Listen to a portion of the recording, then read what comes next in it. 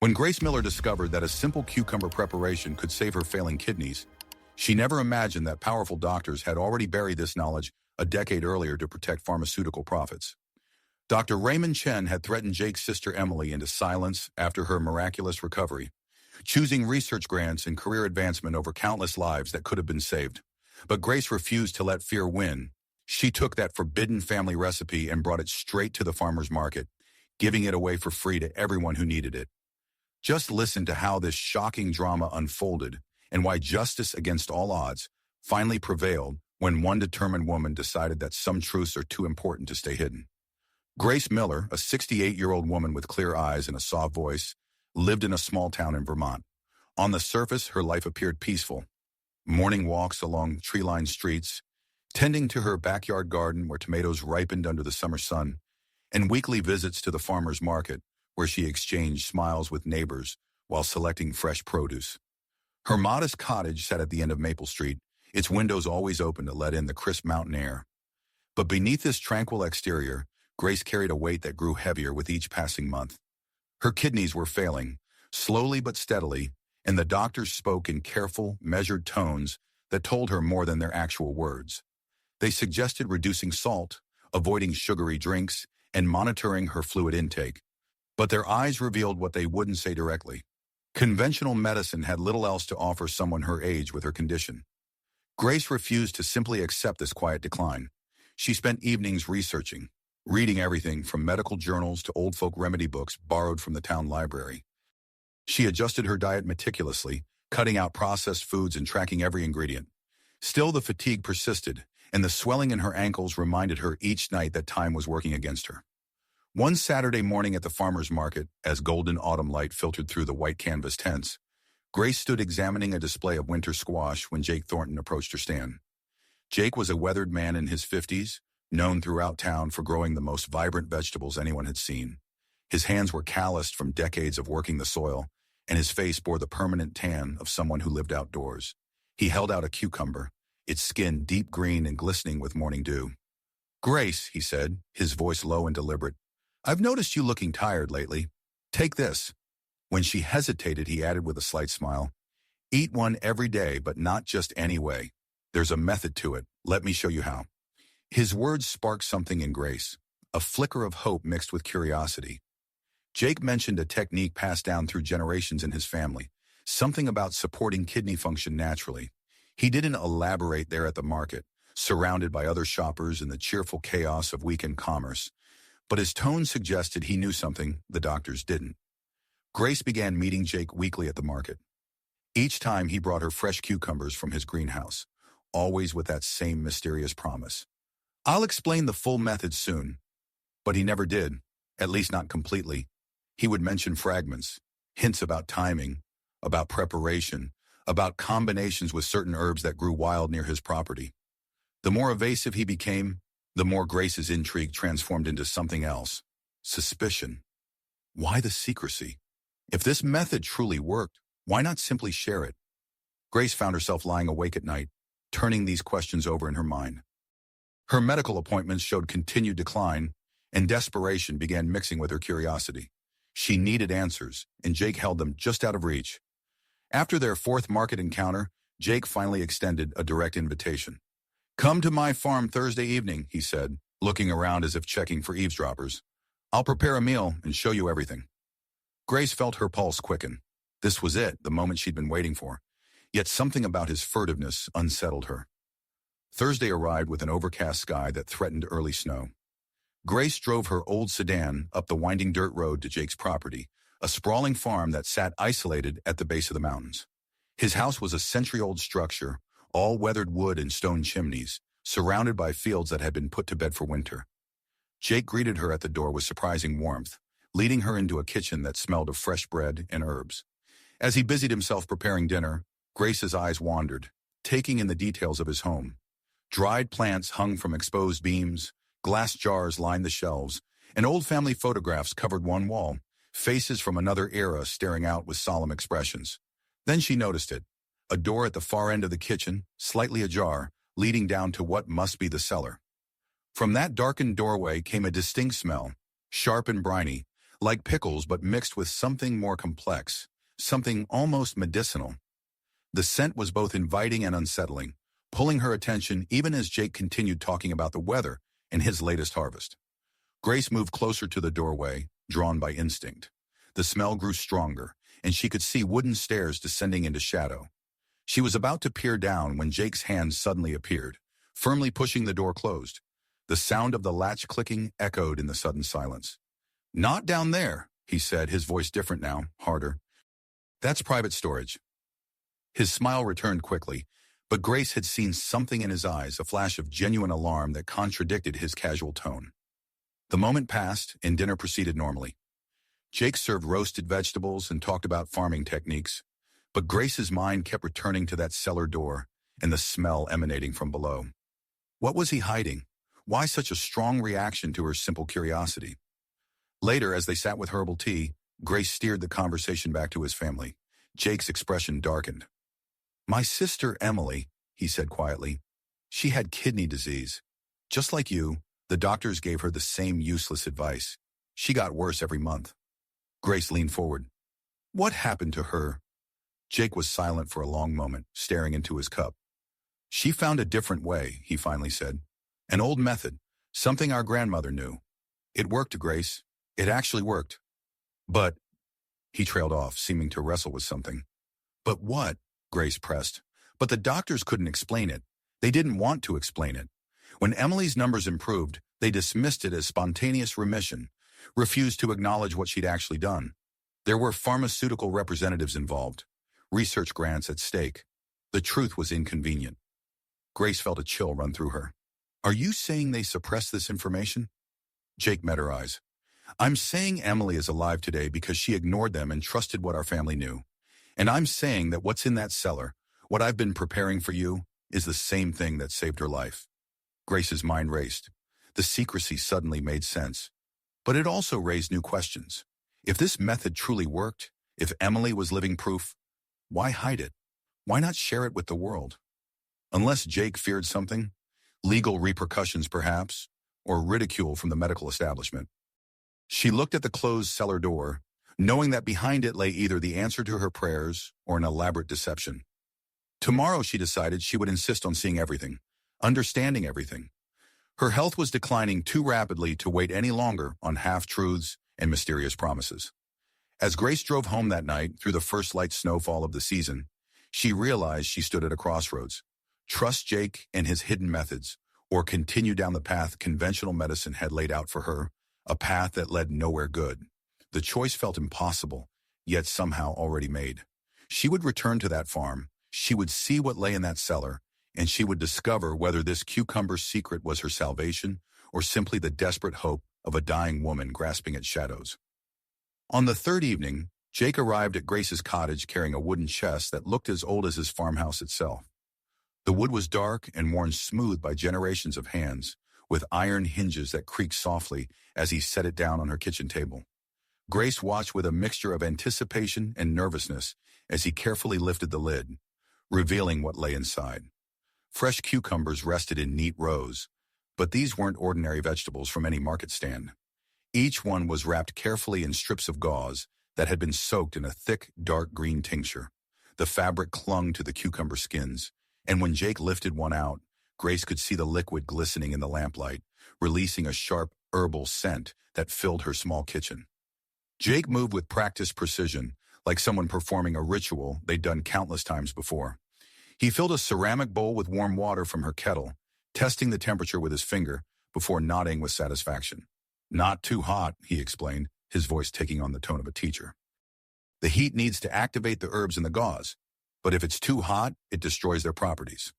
He unwrapped one cucumber slowly, the gauze leaving behind faint green traces on the vegetable's skin. The tincture had penetrated the cucumber slightly, giving it an unusual translucent quality near the surface. Jake placed it in the warm water, and immediately the liquid began to cloud, turning a pale greenish yellow as the herbs released their essence.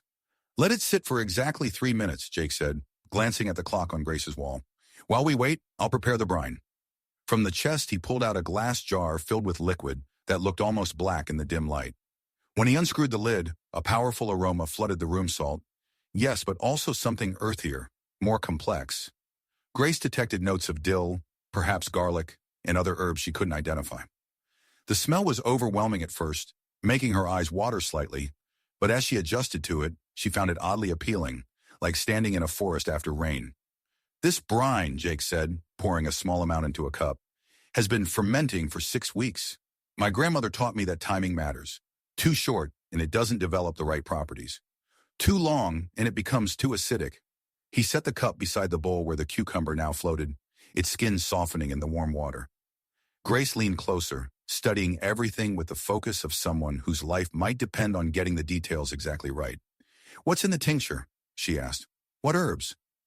Jake met her eyes, and for the first time since she'd met him, she saw real vulnerability in his expression.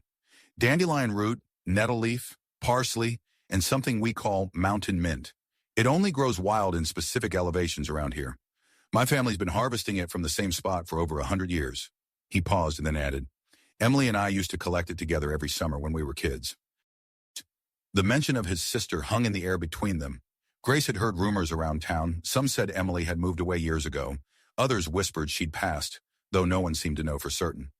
Jake had always deflected questions about her, until now. "The 3 minutes are up," Jake said, lifting the cucumber from the water with a slotted spoon. The vegetable had changed texture, becoming slightly softer but still maintaining its shape. He placed it on a small plate and handed Grace a knife. "Cut it into thin slices about 1/4 inch thick. Eat them slowly, one at a time, and take a sip of the brine between each slice." Grace's hands trembled slightly as she made the first cut. The cucumber flesh had taken on that same faint green tinge from the tincture, and when she brought the first slice to her lips, she hesitated only a moment before placing it in her mouth. The taste was unlike anything she'd experienced. The cucumber itself was crisp despite the softening, but the flavor was complex, slightly bitter at first, with an herbal quality that reminded her of medicine, yet not unpleasant.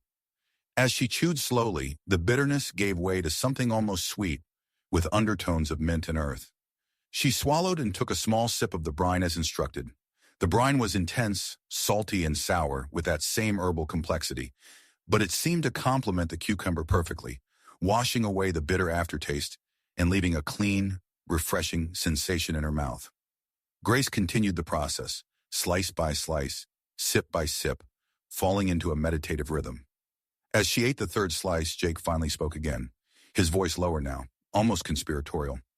"Grace, what I'm about to tell you, Emily made me promise I'd never share it widely. She was afraid of what might happen." Grace paused, the knife hovering over the cucumber. "What do you mean?" Jake pulled out a chair and sat down heavily, suddenly looking every one of his 50-something years. 10 years ago, Emily's kidneys were failing. She was on the transplant list, but her doctors said she'd probably not live long enough to get one. Her numbers were critical. They started talking about comfort care, about preparing for the end. He stared at his weathered hands, turning them over, as if seeing them for the first time.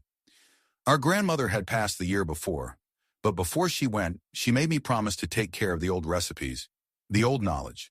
She specifically mentioned this cucumber preparation, said it had saved lives in our family going back generations. Desperate, I prepared it exactly as she taught me, and Emily started eating one every single day, just like you're doing now." Grace set down the knife, her full attention on Jake now. Within 2 months, her numbers started improving. Just slightly at first, the doctor said it was probably just fluctuation, nothing significant. But Emily kept at it, every single day, never missing once. By 6 months, her kidney function had improved dramatically. The doctors were baffled. They ran every test imaginable, looking for some medical explanation. Jake's expression darkened.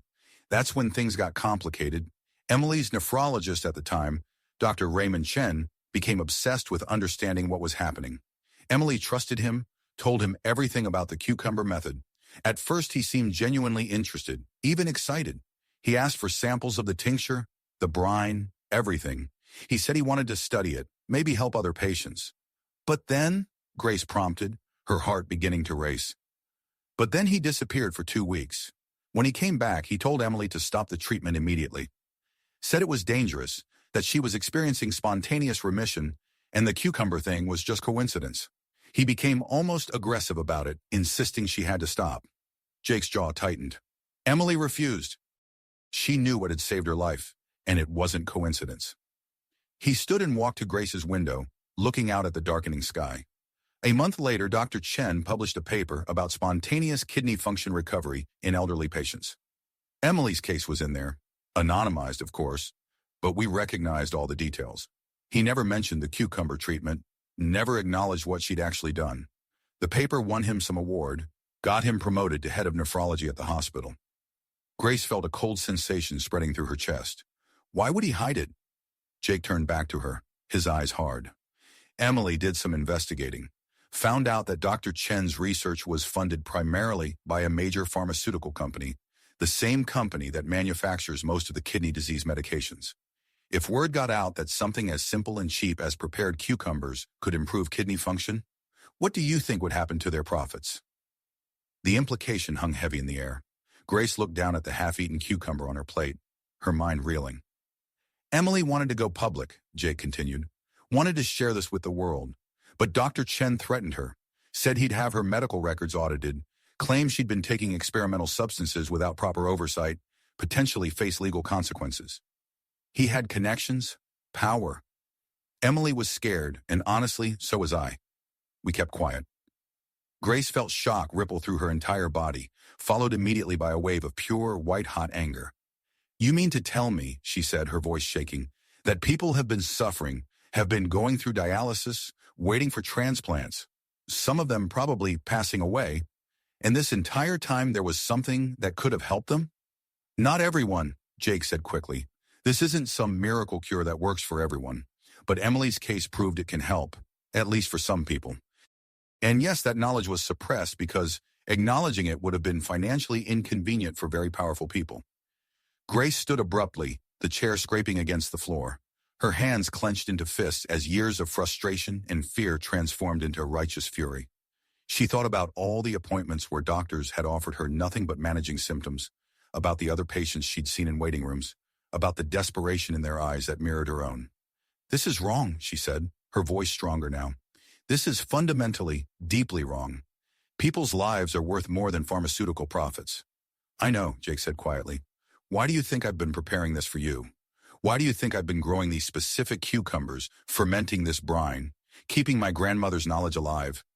I couldn't let it die completely, but I also couldn't put it out there openly, not after what they did to Emily. Grace paced her small kitchen, her mind working rapidly. Tell me everything, she demanded. Every single step of the preparation, every ingredient, every timing detail. I want to know it all. Over the next 2 hours, Jake shared everything. He explained how the cucumbers had to be picked at a specific size and ripeness, how the tincture required exact proportions of each herb gathered at particular times of year, how the fermentation process for the brine needed to be monitored daily. Grace filled page after page in her notebook, asking questions, making Jake repeat details until she was certain she had everything correct. The mountain mint, she said. Where exactly does it grow? Jake hesitated. Grace, you need to understand the risk you're taking if you try to share this widely. Where does it grow, Jake? He sighed. There's a trail about 2 miles past my property, leads up to a rocky outcrop. The mint grows in the crevices where the rocks meet the soil. I'll show you, but show me tomorrow, Grace interrupted, and teach me how to properly identify it, how to harvest it sustainably. Over the following weeks, Grace consumed 1 prepared cucumber every day, exactly as Jake had instructed. She documented everything, what time she ate it, how she felt afterward, any changes in her symptoms. At her next medical appointment, her doctor studied her test results with obvious confusion. Mrs. Miller, he said, adjusting his glasses and looking at the numbers again, your kidney function markers have improved. Not dramatically, but definitely measurably. This is unusual for someone with your condition at your age. Grace said nothing, simply smiled. Have you been doing anything different? Changed your diet in some significant way? Just eating more vegetables, Grace replied truthfully. Fresh cucumbers, mostly, from the farmer's market. The doctor made a note in her chart, clearly skeptical that something so simple could make any difference, but unable to argue with the data in front of him. Grace continued the treatment for 3 months. Her energy improved. The swelling in her ankles diminished. She found herself able to work in her garden for longer periods without fatigue.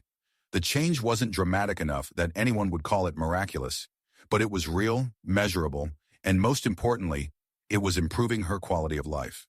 That's when Grace made her decision. She couldn't stay silent. The moral weight of keeping this knowledge hidden felt unbearable. She thought about Emily, scared into silence by threats and institutional power. She thought about all the people who might benefit from at least knowing about this option, even if it didn't work for everyone. She started small. At the Saturday farmers market, she set up her own small stand next to Jake's with a basket of prepared cucumbers and printed instructions. Free for anyone with kidney concerns, her sign read. Traditional family recipe for kidney support. The first person who approached was Martha Chen, a woman in her 70s who Grace knew from church. Martha had been on dialysis for 2 years. "Does this actually work?" she asked skeptically. "I can only tell you my experience," Grace said honestly. "My numbers have improved since I started eating these daily. I can't promise it will work for you, but I can promise it won't hurt, and it costs nothing to try." Word spread quickly through the small town. More people came, some curious, some desperate, some simply interested in the story. Grace shared everything Jake had taught her, holding nothing back. She even typed up detailed instructions and made copies that people could take home. By the fourth market day, she had given away nearly 50 prepared cucumbers, and that's when Dr. Mitchell Parsons approached her stand. He was young, early 30s, and introduced himself as the new nephrologist who had just joined the practice at the regional hospital. "Mrs. Miller," he said, "I've been hearing interesting things about what you're doing here. I'm actually very curious about traditional remedies and their potential applications. Would you be willing to talk with me about this?" Grace studied him carefully, remembering Jake's story about Dr. Chen. "Why?" she asked directly. "So you can tell me to stop, like what happened to Jake's sister?" Dr. Parsons looked genuinely surprised. "What happened to Jake's sister? I'm not familiar with that story." Grace told him everything. As she spoke, she watched his expression shift from curiosity to concern to what looked like genuine anger. "That's medical malpractice at best," he said when she finished. "If Dr. Chen suppressed evidence of a beneficial treatment for financial reasons, that's a serious ethical violation." He paused and then added, "Mrs. Miller, I'm not here to shut you down. I'm here because I believe there's real value in traditional knowledge, and I think it deserves proper study. Would you let me document what you're doing? Run some proper trials, see if we can understand why this seems to be helping people?" Grace felt the weight of relief wash over her, though she remained cautious. "You won't try to patent it? You won't try to turn this into something only wealthy people can access?" "No," Dr. Parsons said firmly. "If this works, everyone should have access to it. The ingredients are simple. The preparation is straightforward. There's nothing here that needs to be commercialized or locked away. I just want to understand it better, document it properly, so that when I recommend it to patients, I can do so with confidence." Over the following months, Dr. Parsons worked with Grace, Jake, and a small group of patients who had been using the cucumber preparation. He documented their results, consulted with herbalists about the properties of the plants in the tincture, and eventually published his findings in a medical journal. The paper was modest, careful in its claims. It didn't promise miracles or cures. It simply documented that a significant percentage of patients measurable with early to moderate kidney disease when consuming daily portions of cucumber prepared with specific herbal tinctures. The paper called for further research and included detailed preparation instructions in an appendix, specifically noting that all ingredients were readily available and affordable. Grace stood at the farmer's market on a crisp autumn morning, 1 year after Jake had first brought her that wooden chest. Her stand was busier than ever, and she had trained 3 other people in the preparation method to help meet demand. Martha Chen was there too, no longer on dialysis, helping to hand out cucumbers and share her own story of improvement. Jake approached carrying another chest of prepared cucumbers. "Emily called me last night," he said quietly. "She heard about Dr. Parsons' paper. She's been crying for 2 days. Happy tears, I hope?" Grace asked. "Yes," Jake smiled. "She said she finally feels like something good came from all the pain. That maybe our grandmother's knowledge won't die after all." Grace looked around at the small crowd of people, some healthy and just curious, others dealing with kidney concerns, all of them now armed with knowledge that had been nearly lost. She thought about how close this had come to disappearing entirely, buried under fear and institutional pressure. "You know what the most remarkable thing is?" Grace said to Jake. "It's not that cucumbers can help kidneys. It's that something so simple, so accessible, was almost stolen from all of us. And it makes me wonder how much other knowledge has been lost, how many other simple solutions have been suppressed because they weren't profitable enough. She picked up a cucumber, feeling its weight in her hand, thinking about the generations of knowledge it represented. Sometimes, she continued, the most powerful medicine isn't expensive or complicated. Sometimes it's been growing in gardens all along, waiting for someone brave enough to remember it. As the morning sun rose higher, Grace helped another person understand the preparation method, speaking clearly and patiently, making sure every detail was understood. This was her purpose now, she realized, not just healing herself, but returning lost knowledge to the people who needed it most. And in doing so, she had found something even more valuable than improved health. She had found the profound satisfaction of fighting back against a system that had tried to keep this simple truth hidden, of ensuring that no one else would have to suffer in silence because information that could help them had been deemed financially inconvenient. The cucumbers on her table weren't just vegetables anymore. They were symbols of resistance, of the power of traditional knowledge, and of the simple truth that sometimes the best medicine has always been right in front of us, waiting to be remembered and shared freely.